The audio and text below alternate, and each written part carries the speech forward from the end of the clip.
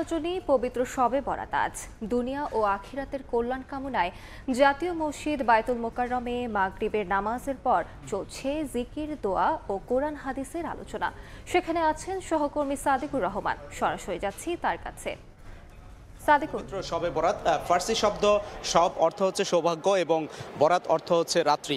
আরবিতে এটাকে লাইলাতুল বরাতও বলা হয়, অর্থাৎ সৌভাগ্যের রজনী।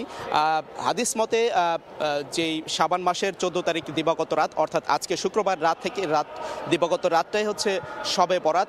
এই রাতে আসলে মুসলমানদের জন্য আল্লাহ তাআলা বরকতময় আসলে এই রজনী, এই ভাগ্যলিপি নির্ধারণ করা হয় এই রাতে। এবং এখানে হাদিসের বিভিন্ন বর্ণনা অনুযায়ী যেটা আছে সেই বিষয়টা হচ্ছে যে আসলে এই রাতে আল্লাহ তাআলা শুধু মুশরিক এবং যারা বিদ্বেষকারী অর্থাৎ হিংসা বিদ্বেষ যাদের মাঝে আছে তাদেরকে ছাড়া সবাইকে আল্লাহ তাআলা ক্ষমা করে দিবেন, যারা আল্লাহর কাছে ক্ষমা চাইবেন। এবং এই রজনীতে আল্লাহ তাআলা সবার কাছে আসলে বলবেন যে আসলে তোমরা কে আছো, আমার কাছে রিজিক যারা চাইবে তাদেরকে রিজিক দান করব, সম্মানজনক রিজিক, এবং তাদেরকে ক্ষমা করে দিব যারা ক্ষমা চাইবে। সেই অনুযায়ী কিন্তু আজকে প্রতি বছরের মতো এবারও কিন্তু এই মাগরিবের নামাজের পর থেকেই এই যে বিভিন্ন মসজিদে দোয়া মাহফিল এবং বিভিন্ন ধরনের জিকির এবং আল্লাহর কাছে সৌভাগ্য এবং যে দুনিয়া এবং আখিরাতের কল্যাণ কামনায় কিন্তু দোয়া করা হচ্ছে। আমি বায়তুল মোকাররম জাতীয় মসজিদে আছি। এখানে কিন্তু মাগরিবের পর থেকেই এখানে মুসল্লিরা হাজার হাজার মুসল্লি বিভিন্ন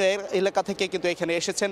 এখানে এসে কিন্তু আল্লাহর দরবারে দোয়া করছেন এবং এখানে বিভিন্ন আলেম ওলামা এবং ধর্ম উপদেষ্টাও কিন্তু এখানে এসেছেন। সারা রাত কিন্তু এখানে বিভিন্ন দোয়া এবং জিকিরে মগ্ন থাকবেন ধর্মপ্রাণ মুসলমানগণ এবং দেশের জন্য কল্যাণ কামনায় দোয়া করবেন। সেই বিষয়ে কিন্তু বিভিন্ন ধরনের দোয়া মাহফিল হচ্ছে এখানে এবং আলোচনা হচ্ছে ধর্মীয়। সারা রাত এই আলোচনা চলবে। এই ছিল এখান থেকে সবশেষ তথ্য। সরাসরি যুক্ত ছিলাম বায়তুল মোকাররম থেকে।